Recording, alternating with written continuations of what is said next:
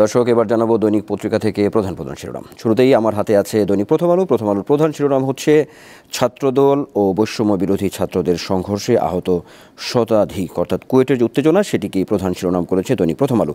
একই সঙ্গে পানির হিস্যা পেতে জাতিসংঘে জোরালো দাবি জানাতে হবে। তিস্তা নিয়ে বিএনপির ভারপ্রাপ্ত চেয়ারম্যান তারেক রহমানের যে বক্তব্য, সেই বক্তব্যকেও অন্যতম গুরুত্ব দিয়েছে দৈনিক প্রথম আলো। একই সঙ্গে র্যাবের নাম ও পোশাক বদলানো হচ্ছে, প্রয়োজনে নতুন করে গঠন উপদেষ্টা পরিষদ কমিটির সভা, এই খবরটিও গুরুত্ব পেয়েছে দৈনিক প্রথম আলোতে।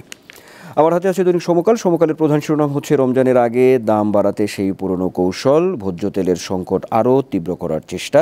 সরকারি দুই সংস্থার পর্যবেক্ষণেও মিলেছে এমন তথ্য, এমন একটি খবরকেই তারা প্রধান শিরোনাম করেছে।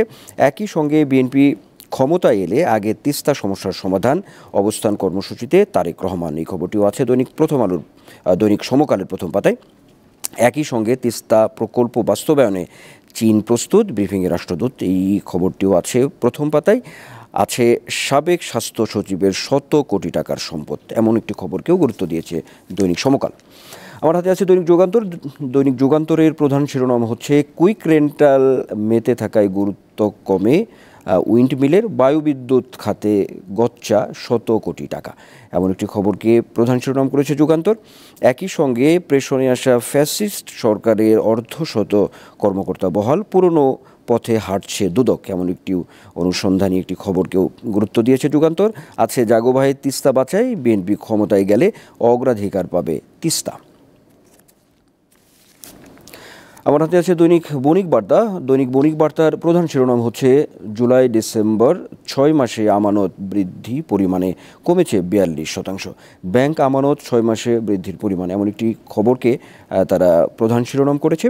একই সঙ্গে হিমাগারের ভাড়া বেড়েছে, আলু রাখছেন না কৃষক, এমন একটি খবরও গুরুত্ব পেয়েছে দৈনিক বণিক বার্তায়।